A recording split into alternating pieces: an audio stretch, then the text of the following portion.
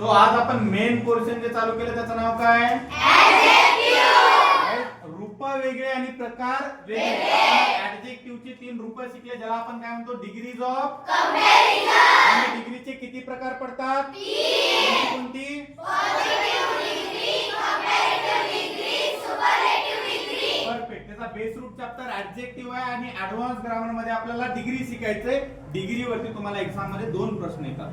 Identify the degree, change the degree. आणि identify the degree मध्ये positive degree मध्ये विशेषणाची normal situation सांगितली जाते.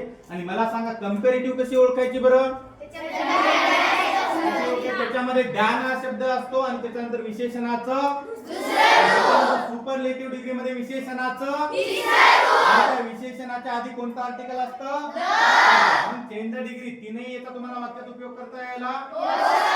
उद्याच्या लेक्चर मध्ये आपण positive to comparative, comparative to superlative कशा प्रकारे ट्रान्सफॉर्मेशन करायचं हे आपण शिकणार आहोत.